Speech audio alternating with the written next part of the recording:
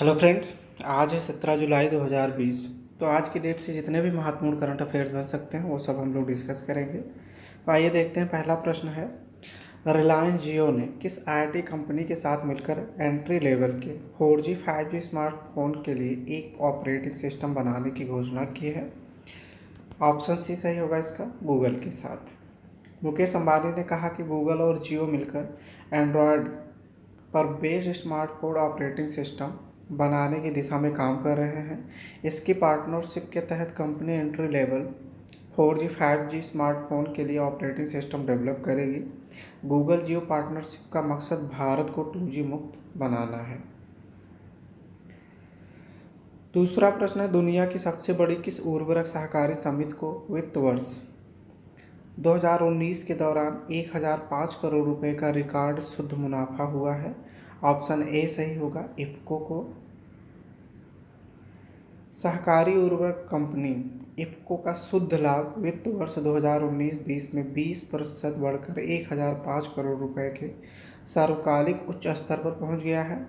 इससे पहले वित्त वर्ष 2018-19 में कंपनी का शुद्ध लाभ 841.58 करोड़ रुपए था। कंपनी ने बुधवार को जानकारी दी कि समीक्षा अवधि में उसकी आय 29,412 करोड़ रुपए रही। यह 2018-19 के 27,851.74 करोड़ रुपए के मुकाबले 6% बढ़ी है। तो आगे बढ़ने से पहले जो भी मित्र हमारे चैनल पर नए हो, चैनल को सब्सक्राइब अवश्य कर लें। इससे आगे आने वाले इसी तरह के महत्वपूर्ण वीडियोज आप तक पहुंचते रहें।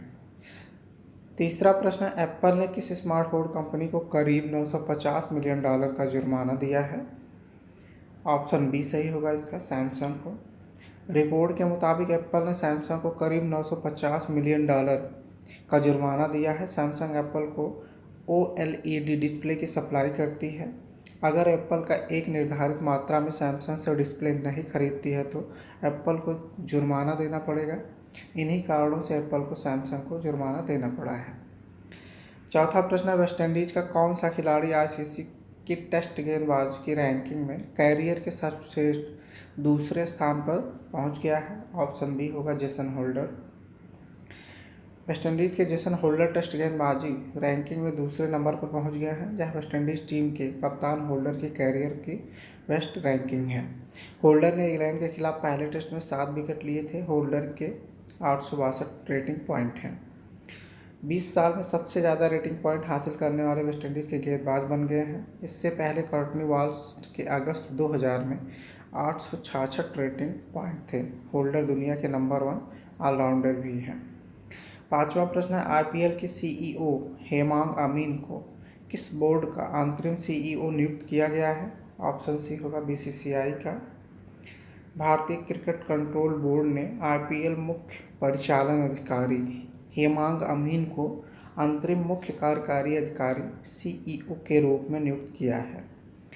BCCI के एक सूत्र ने न्यूज एजेंसी ANI को बताया, हेमांग अमीन को BCCI के CEO का अंतरिम प्रभार दिया गया है। पिछले हफ्ते BCCI ने चीफ एग्जीक्यूटिव ऑफिसर राहुल जौहरी का इस्तीफा मंजूर कर लिया था। छठा प्रश्न है, यूनाइटेड किंगडम के द्वारा जारी आंकड़ों के मुताबिक कौन सा देश ब्रिटेन के लिए FDI का दूसरा सबसे बड़ा स्रोत बना है? ऑप्शन सी सही होगा इसका, भारत। भारत ब्रिटेन में प्रत्यक्ष विदेशी निवेश के जरिए निवेश करने वाला दूसरा सबसे बड़ा निवेशक बन गया है। UK सरकार के अंतर्राष्ट्रीय व्यापार विभाग द्वारा 2019-20 के लिए जारी किए गए अंतरिम निवेश आंकड़ों के अनुसार भारत ने 120 परियोजनाओं में निवेश किया और ब्रिटेन में 5,429 नए रोजगार सृजित किए।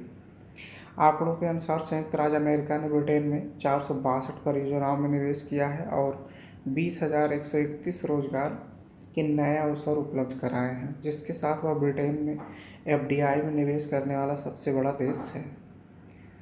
सातवां प्रश्न है, निम्न में से किस राज्य सरकार ने 31 जुलाई तक कंप्लीट लॉकडाउन लगाने की घोषणा की है?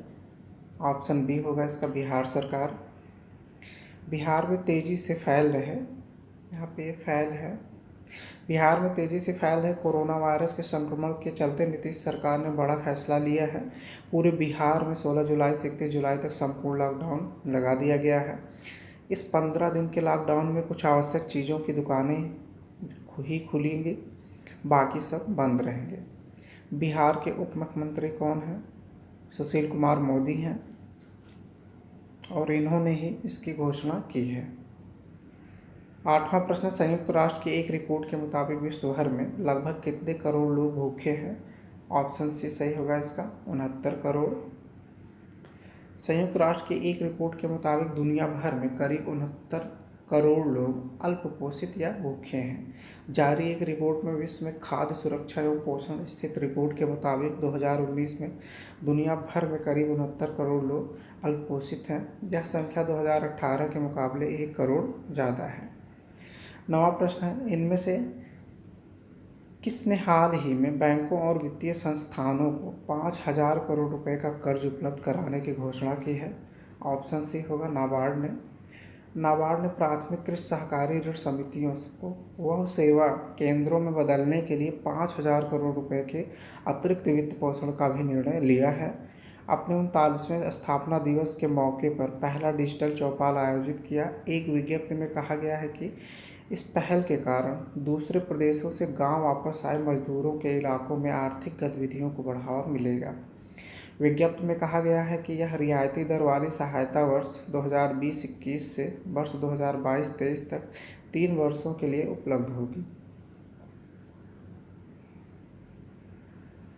10वां प्रश्न है, भारत के किस राज्य सरकार ने हाल ही में रोको टोको अभियान की घोषणा की है? ऑप्शन बी सही होगा इसका, मध्य प्रदेश सरकार ने। मध्य प्रदेश सरकार ने रोको टोको नामक एक विशेष अभियान शुरू करने की योजना बनाई है। इस अभियान के अंतर्गत राज्य सरकार उन लोगों को लक्षित करेगी जो मास्क नहीं पहनते हैं। इसके तहत राज्य सरकार उन लोगों को मास्क बांटेगी जो सार्वजनिक स्थानों पर मास्क नहीं पहनते हैं, क्योंकि राज्य में सभी सार्वजनिक स्थानों पर मास्क पहनना अनिवार्य है। तो उम्मीद है आप सबको यह वीडियो ज़रूर पसंद आया होगा। इसी तरह के महत्वपूर्ण वीडियो आप तक पहुँचते रहें, उसके लिए आप हमारे चैनल को सब्सक्राइब अवश्य कर लें। धन्यवाद मित्रों।